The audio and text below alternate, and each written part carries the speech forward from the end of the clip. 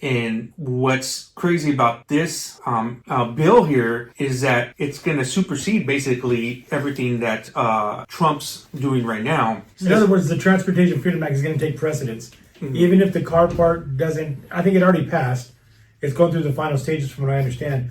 But if this bill that was put out by Senator Moreno, again, it's called the Transportation Freedom Act, if this thing passes, it's going to trump everything because it does also include California emissions policy, the California smog, all that stuff. So there's good stuff on this bill.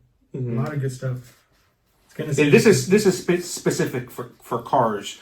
The one that Trump's working on is like just the bundle spending, everything, from emissions to other laws and the budget, basically the budget of the United States. But if this passes through, this will change everything. Everything's going to change. I mean, it's to the point where they're talking about there's going to be no smogs or emission checks nationwide. Like they're going to eliminate the whole thing. Mm-hmm. I mean, and the bill's going to offer certain tax write-offs for manufacturers. And one of the part that really stuck out to me is that they're saying that the emission system has a useful life, a span, I guess. What they're trying to say is that in this bill, that if once the useful lifespan of that emission system is done on your car, if this bill passes, you do not have to rebuild your emission system. Basically, if your cat goes out, cat's gone. it's done. You delete it or leave it, or they can't fail your smog because your cat.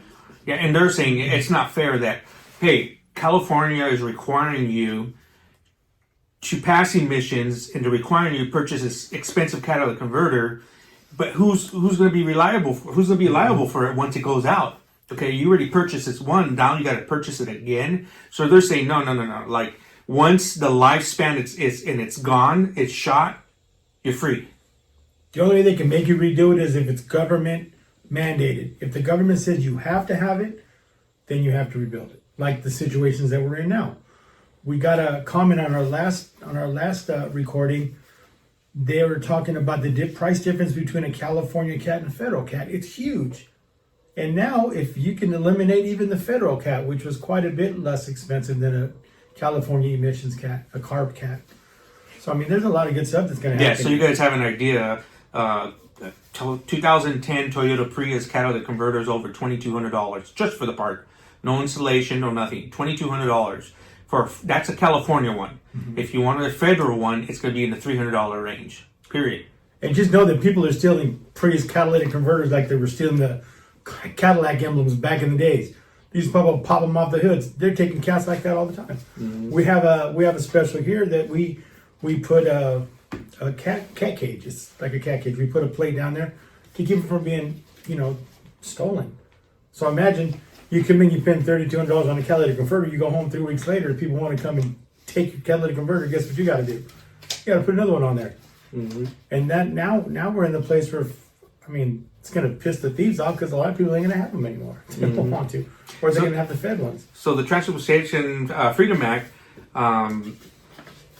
this will end any state from setting any emission standards. So just like we were saying earlier, it doesn't matter if you're Florida, Arkansas, California, everybody's going to have to obey this law right here, which California won't be able to say like, okay, you got to pay for this smog and you got to come every year or every 5 years to pay this smog, or you got to pay registration X amount of dollars. I mean, they're going to have to figure out why they're going to charge so much for registration now. Yeah, I mean, the California had the ability to label your car a gross polluter. And guess what? With the gross polluter, you have to redo everything. When you're not driving your car, they'll suspend your registration and you can't get the thing smogged or registered. So if you have an emotional attachment, if you got great grandpa's 1987 Chevy Monza and it's a gross polluter, guess what? That Monza's going to sit in the garage for a long time. Or the junkyard. Yeah, that's what most people do. That's what happens. That's what most people do is like, I can't fix this. I can't afford it because it's way too much. And the car runs perfect. Yes. The car runs perfect. It just doesn't pass smog.